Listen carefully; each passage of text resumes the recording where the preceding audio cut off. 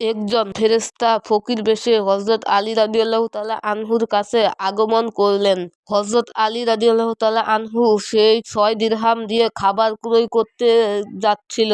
সেই মুহূর্তে ফকির বেশের ফেরেশতা তাকে বলল, হে আলী, আজ কয়েকদিন যাবৎ আমি না খেয়ে রয়েছি। না খেয়ে থাকার কারণে আমার শরীর অসুস্থ হয়ে গিয়েছে। তোমার কাছে কোনো অর্থকড়ি থাকলে তা আমাকে দান করো, যা দিয়ে আমি খাবার ক্রয় করে খেতে পারি। ফকিরের এই প্রার্থনা শোনার পর হযরত আলী আল্লাহর নিকট বলতে লাগলেন, হে আল্লাহ, আজ 3 দিন যাবৎ আমার স্ত্রী ও সন্তানরা না খেয়ে রয়েছে। আজকে যদি এই 6 দিরহাম দিয়ে খাবার ক্রয় করে নিয়ে যেতে না পারি, আজকেও তারা না খেয়ে রবে। এখন আপনার এক অসহায় বান্দা আমার কাছে ভিক্ষা প্রার্থনা করছে, এখন আমি কি করব? তিনি ঠিক করলেন যে এই 6 দিরহাম ভিক্ষুককেই দিয়ে দিবেন এবং মনে মনে ভাবলেন, আল্লাহই আমার উত্তম অভিভাবক, অবশ্যই আল্লাহ তাআলা কিছু না কিছু ব্যবস্থা করে দিবেন। অতঃপর তিনি সেই 6 দিরহাম ভিক্ষুককে দিয়ে দিলেন।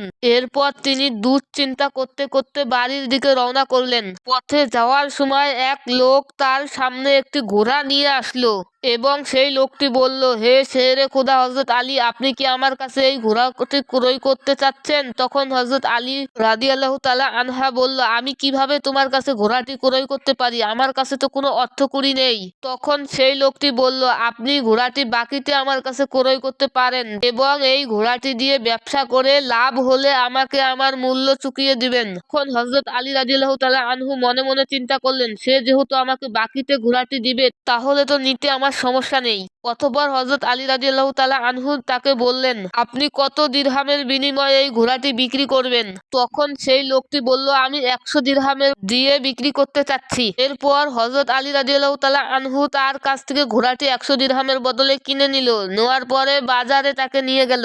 এরপর একজন ক্রেতা বাজারে ঘোড়াটি কেনার জন্য আসলো এবং তাকে বলল, হে শেরে খোদা, আপনি কি এই ঘোড়াটি বিক্রি করতে চান?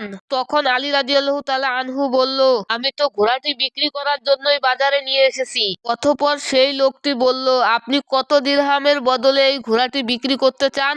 তখন হযরত আলী রাদিয়াল্লাহু তাআলা আনহু বললেন, আপনি কত দিরহাম হলে ঘোড়াটি কিনতে পারবেন? সেই ক্রেতাটি বলল, আমি 160 দিরহাম দিয়ে ঘোড়াটি ক্রয় করতে চাই। হযরত আলী রাদিয়াল্লাহু তাআলা আনহু চিন্তা করলেন, আমি তো 100 দিরহামের বদলে এই ঘোড়াটি কিনেছি, সে আমাকে 160 দিরহামের বদলে ঘোড়াটি কিনতে চাচ্ছে, অতএব আমার এতে 60 দিরহাম লাভ হবে। তাই তিনি সেই লোকটিকে বলল, আমি আপনার কাছে 160 দিরহামে ঘোড়াটি বিক্রি করে দিলাম। অতঃপর সেই লোকটি 160 দিরহাম হযরত আলী রাদিয়াল্লাহু তাআলা আনহুকে দিয়ে ঘোড়াটি নিয়ে চলে গেলেন।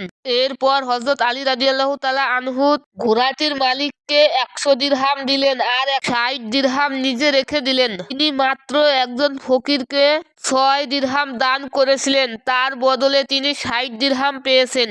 অতঃপর তিনি সেই 60 দিরহাম দিয়ে বিপুল সংখ্যক খাবার ক্রয় নিয়ে বাসায় চলে গেলেন। অতঃপর তার স্ত্রী হযরত ফাতেমা রাদিয়াল্লাহু তাআলা আনহা সেই খাবারগুলো দেখে তাকে জিজ্ঞেস করলো, আমি তো আপনাকে মাত্র একটি কাপড় দিয়েছি, সেই কাপড়ের টাকা দিয়ে তো এতগুলো খাবার পাওয়া যেত না।